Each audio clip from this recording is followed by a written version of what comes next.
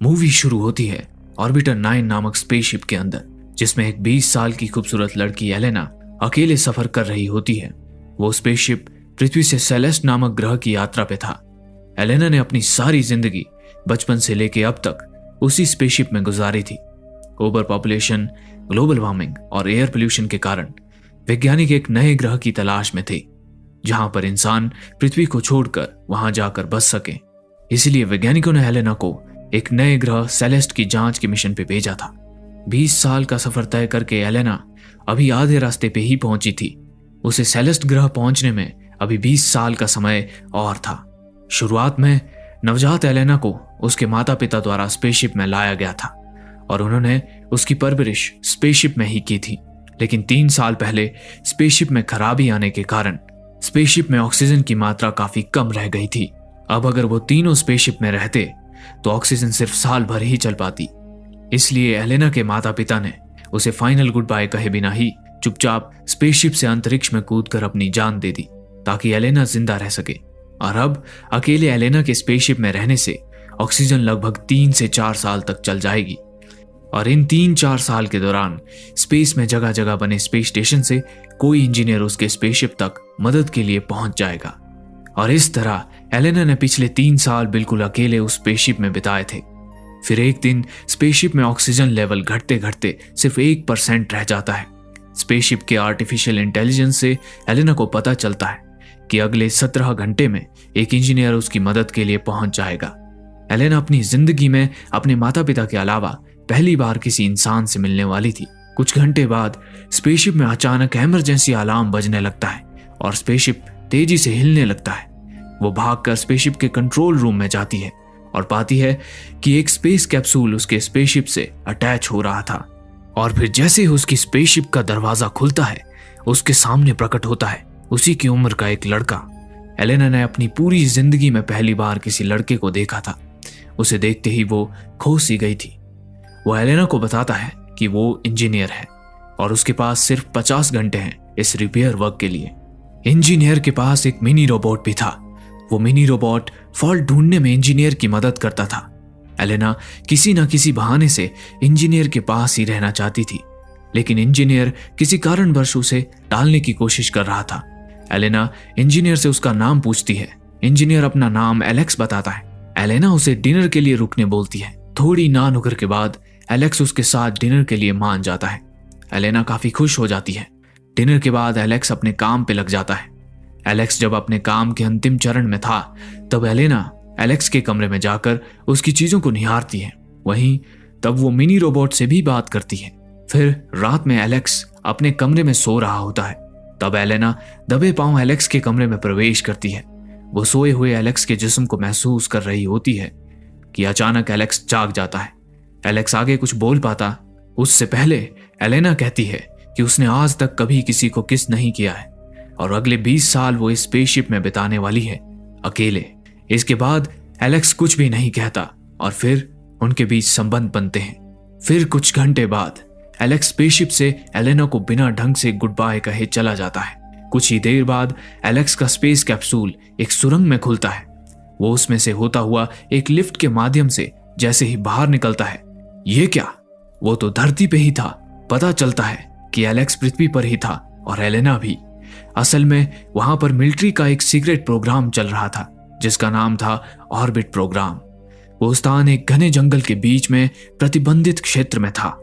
वहां जमीन के नीचे 10 अलग अलग स्पेसशिप के सिमुलेटर बनाए गए थे, जिनके नाम रखे गए थे ऑर्बिटर 1, ऑर्बिटर 2 और इस तरह से ऑर्बिटर 10 तक। हर सिमुलेटर में एक एक यात्री को रखकर उन पर साइंटिस्ट शोध कर रहे थे कि सेलेस्ट ग्रह की यात्रा के दौरान मानव शरीर इतनी लंबी यात्रा में कैसे और किस तरह रिएक्ट करेगा, ताकि असली यात्रा के दौरान मानव शरीर पे पड़ने वाले दुष्प्रभाव और बाधाओं से अच्छे से निपटा जा सके।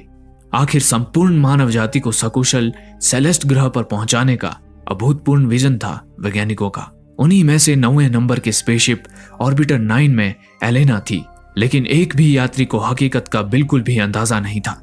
वे तो यही मान रहे थे कि वे अकेले ही स्पेसशिप में सेलेस्ट ग्रह की तरफ बढ़ रहे हैं। एलेक्स इस प्रोग्राम को चलाने वाली एजेंसी में साइंटिस्ट के पद पर काम करता था। एलेक्स एजेंसी में प्रवेश करता है। वहां ऑर्बिट प्रोग्राम का चीफ साइंटिस्ट एलेक्स को बताता है कि उनका स्पेस प्रोग्राम बहुत तेजी से प्रगति कर रहा है और ऐसा ही चलता रहा तो अगले 20 से 30 साल में पहला स्पेसशिप हकीकत में सेलेस्ट ग्रह की तरफ उड़ान भरेगा। एलेक्स फाइनली जब उस प्रतिबंधित क्षेत्र से अपने घर के लिए निकल रहा होता है तब मिलिट्री चेक नाके पे उसकी चेकिंग होती है।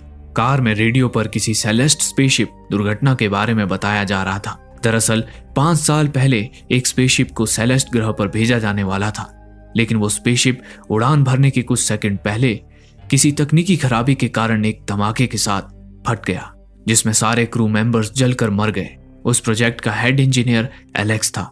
उस घटना के बाद एलेक्स एक तरह से डिप्रेशन में चला गया था, क्योंकि ना सिर्फ क्रू मेंबर्स मारे गए थे बल्कि सेलेस्ट ग्रह का मिशन काफी पिछड़ गया था। उसी घटना से सबक लेकर साइंटिस्ट पहले सिमुलेशन के जरिए सारी संभावनाओं की जांच करना चाहते थे ताकि इस बार कोई गड़बड़ ना हो। फिर अपने घर पहुंचकर जब एलेक्स आराम कर रहा होता है तब अचानक से मिनी रोबोट एलेना का वीडियो दीवार पर प्रोजेक्ट कर देता है। उस वीडियो में एलेना की वही प्यारी बातें होती हैं जो वो मिनी रोबोट से कह रही थी। मिनी रोबोट ने चुपके से एलेना का वीडियो रिकॉर्ड कर लिया था। अगली रात एलेक्स अपनी साइकोलॉजिस्ट से मिलने जाता है। साइकोलॉजिस्ट अपना चेहरा छुपा कर रखती थी। वो एक स्क्रीन के पीछे से अपनी क्लाइंट को साफ साफ देख पाती थी, लेकिन दूसरी ओर से क्लाइंट को कुछ भी नजर नहीं आता था। सिर्फ नजर आता था तो एक एनिमेटेड लोमड़ी का चेहरा। एलेक्स साइकोलॉजिस्ट को सिमुलेटर के अंदर यात्रियों के बारे में बताता है कि सिमुलेटर में उन सभी यात्रियों का वैसा ही इस्तेमाल किया जा रहा है जैसे लैब में साइंटिस्ट चूहों का इस्तेमाल करते हैं उन पर एक्सपेरिमेंट करने के लिए। उन यात्रियों के लिए, खासकर एलेना के लिए, उसे काफी बुरा लग रहा था।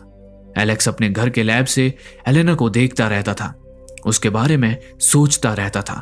वो अपने दिमाग से एलेना को नहीं निकाल पा रहा था।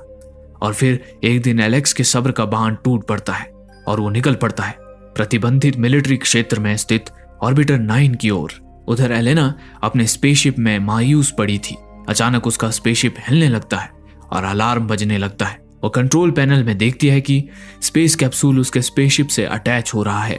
उसे कुछ समझ नहीं आ रहा था क्योंकि उसने कोई सर्विस रिक्वेस्ट तो भेजी ही नहीं थी। फिर वो अचानक से स्पेस कैप्सूल से एलेक्स को निकलता देख सन्न रह जाती है। वो गौर करती है कि एलेक्स बिना स्पेस सूट के आया हुआ है। एलेक्स उसे बताता है कि ये कोई स्पेसशिप नहीं है, ये मात्र एक सिमुलेटर है। दरवाजे के उस पार पृथ्वी ही है। वो एलेना से कहता है कि उन्हें इसी वक्त वहां से निकलना होगा। एलेना को कुछ समझ नहीं आ रहा होता और वो घबराते हुए एलेक्स को वापस अपने स्पेस कैप्सूल में लौट जाने को बोलती है। इतना सुनते ही एलेक्स वहां लगे एक कैमरे को निकाल देता है। वो बताता है कि बचपन से लेकर अब तक उसकी रिकॉर्डिंग की जा रही थी। एलेना अब भी असमंजस में और डरी हुई थी, लेकिन वह एलेक्स की बात मान लेती है। वो एलेना की जगह मिनी रोबोट को सेट करके उसके ऊपर सारे प्लग्स लगा देता है, जिससे पहले की तरह ही एजेंसी को एलेना की हेल्थ रिपोर्ट मिलती रहे। फाइनली वो एलेना को अपने साथ लेके वहां से निकल जाता है। एलेक्स उसका हाथ थामे उसे बाहर की ओर ले जा रहा था। एलेना काफी घबराई हुई थी। बाहर निकलते ही एलेना को अचानक बहुत ज्यादा तेज रोशनी का एहसास होता है। उसके दिल की धड़कन काफी तेज हो गई थी। वो अपनी पूरी जिंदगी में कभी सूरज की रोशनी में नहीं आई थी। एलेक्स उसे अपने ट्रक के पीछे रखे एक बड़े बॉक्स में छुपा देता है और फिर उस बॉक्स को अपने स्पेस सूट से ढक देता है। मिलिट्री चेक नाके पे पहुंचने पर एक फौजी रेडिएशन डिटेक्टर से उसके ट्रक को स्कैन करने लगता है। वो जैसे ही ट्रक के पिछले हिस्से की तरफ बढ़ता है, डिटेक्टर के बीप की आवाज तेज हो जाती है। एलेक्स की जान सूख के उसके कंठ में आ गई थी। वो ट्रक भगाने की तैयारी में ही था कि तभी वो फौजी बताता है कि एलेक्स ने अपना स्पेस सूट बाहर ही छोड़ रखा है, इसलिए स्कैनर रेडिएशन पकड़ रहा है। फिर वो ट्रक का बॉक्स बिना चेक किए ही ट्रक को आगे जाने का सिग्नल दे देता है और एलेक्स तुरंत ही वहां से निकल लेता है। फिर वो एलेना को एक टीले पे ले जाकर बाहर निकालता है। वो एलेना को पूरे सिमुलेटर प्रोग्राम के बारे में बताता है। ये प्रोग्राम एलेना के जन्म से पहले से चल रहा है। वो ये भी बताता है कि ऑक्सीजन सप्लाई का फॉल्ट तो महज एक बहाना था। दरअसल वो तो स्पेसशिप में आर्टिफिशियल इंटेलिजेंस की तकनीकी जांच के लिए आया था। सब कुछ जानने के बाद एलेना अपने माँ बाप से मिलने की इच्छा जाहिर करती है। एलेक्स कहता है कि किसी को भी पता नहीं चलना चाहिए कि वो वहां से बाहर निकल आई है, खासकर उसके माँ बाप को जो मिलिट्री साइंटिस्ट हैं। उन्होंने अपनी आधी से ज्यादा जिंदगी इस प्रोजेक्ट को समर्पित कर दी है। उन लोगों में अपना परिवार ढूंढने की गलती वो हरगिज ना करें, सिवाय निराशा के उसे कुछ भी हासिल नहीं होगा। फिर एलेक्स उसे अपने घर ले जाता है। वहां एलेना बहुत सी सामान्य दिखने वाली चीजों को अपनी जिंदगी में पहली बार देख रही होती है। वो बारिश क्या होती है उसे पहली बार महसूस करती है। अगले दिन एलेक्स एलेना को अपने घर में छोड़ काम पे चला जाता है। काम के बाद वो अपनी साइकोलॉजिस्ट को जाकर सच बताता है कि वो एलेना को अपने साथ बाहर निकाल लाया है। जब एलेक्स वहां से निकल रहा होता है तो साइकोलॉजिस्ट एलेक्स के सामने आ जाती है। वो उसे अपना पर्सनल फोन नंबर देती है ताकि अगर उसे कभी किसी मदद की जरूरत पड़े तो वो उसे कांटेक्ट कर सके। एलेक्स एलेना को अपने घर में बने लैब से दूसरे सिमुलेटर्स के लाइव वीडियोस दिखाता है। वो बताता है कि सिमुलेटर में कैमरे बेडरूम और बाथरूम में नहीं लगे हैं, सिर्फ कॉरिडोर और एंट्रेंस पे लगे हैं। एलेना पूछती है कि अगर एजेंसी ये देखेगी कि एलेना स्पेसशिप पर नहीं है, फिर एलेक्स बताता है कि वो उसका वीडियो वहीं घर से शूट करके उसे स्पेसशिप के वीडियो फीड के साथ मिक्स कर देगा।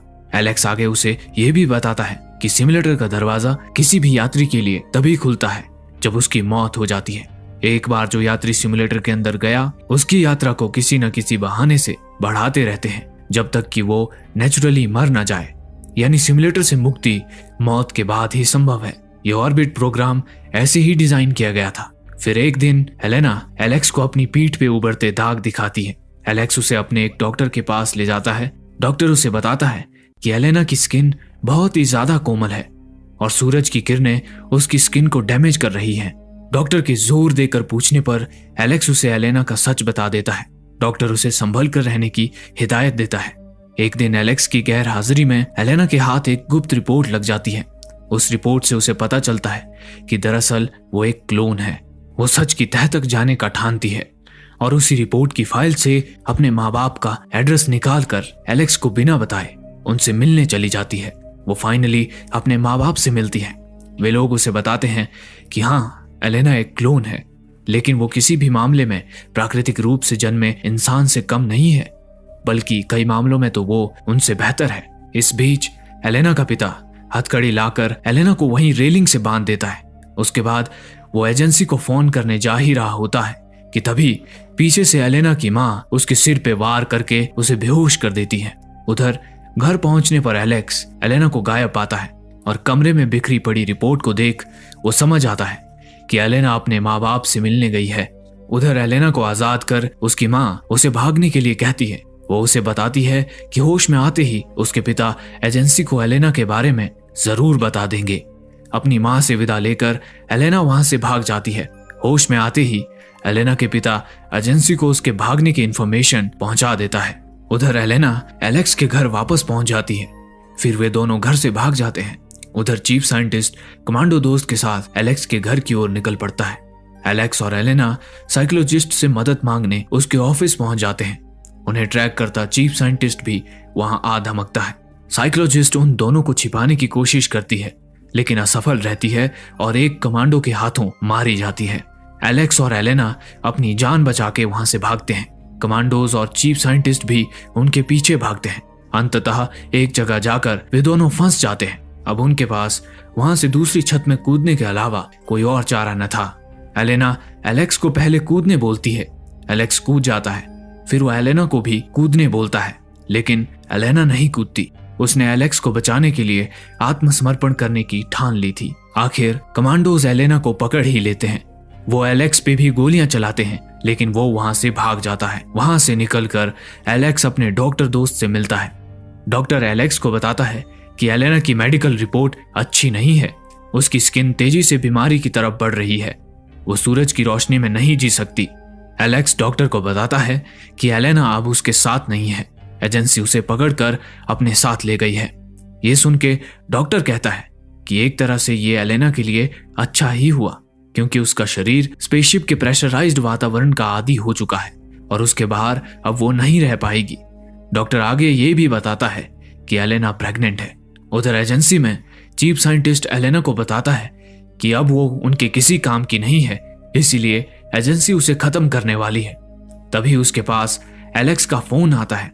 एलेक्स उसे कहता है कि उसके पास उसके लिए एक फायदे का सौदा है, जिसमें सबसे ज्यादा फायदा चीफ साइंटिस्ट का ही है। उसके बाद एलेक्स एजेंसी की तरफ निकल पड़ता है। वहीं दूसरी तरफ एलेना को जहर का इंजेक्शन देने के लिए ले जाया जा रहा था। एलेक्स तेजी से मिलिट्री का चेक नाका तोड़ते हुए आगे बढ़ता है। सेना के जवान उस पर गोलियां चलाते हैं। एक गोली उसकी बाह पे आकर लगती है। तभी चीफ साइंटिस्ट वहां आकर सेना को एलेक्स पर गोली चलाने से रोकता है। उसके बाद वे लोग एलेक्स और एलेना को मिलवाते हैं। एक दूसरे को देख दोनों बहुत भावुक हो जाते हैं। फिर एलेक्स चीफ साइंटिस्ट से कहता है कि वो भी एलेना के साथ ही स्पेसशिप सिमुलेटर के अंदर रहना चाहता है। एलेक्स एलेना की मेडिकल रिपोर्ट चीफ साइंटिस्ट को दिखाता है। एलेना 6 हफ्ते के गर्भ से थी। उसके अंदर एक बच्ची पल रही थी। दरअसल एलेक्स और चीफ साइंटिस्ट के बीच ये तय हुआ था कि एजेंसी एलेना को नहीं मारेगी और इसके बदले में एलेना को सिमुलेटर में बच्चा डिलीवर करना होगा, जिससे कि एजेंसी उसके मेडिकल डाटा को रिकॉर्ड कर उस पर शोध कर सकेगी। क्योंकि आज तक सिमुलेटर के अंदर किसी बच्चे की डिलीवरी नहीं हुई थी, तो असल में एलेना की प्रेगनेंसी के कारण उसकी जान बची थी। बस एलेना एक शर्त रखती है कि जब उसकी बच्ची थोड़ी बड़ी हो जाएगी तब वो उस बच्ची को सिमुलेटर से आजाद कर दें। और फिर कुछ वर्षों बाद ऐसा ही होता है। एलेना की बेटी सिमुलेटर के बाहर निकलती है और फिर ये मूवी वहीं समाप्त हो जाती है।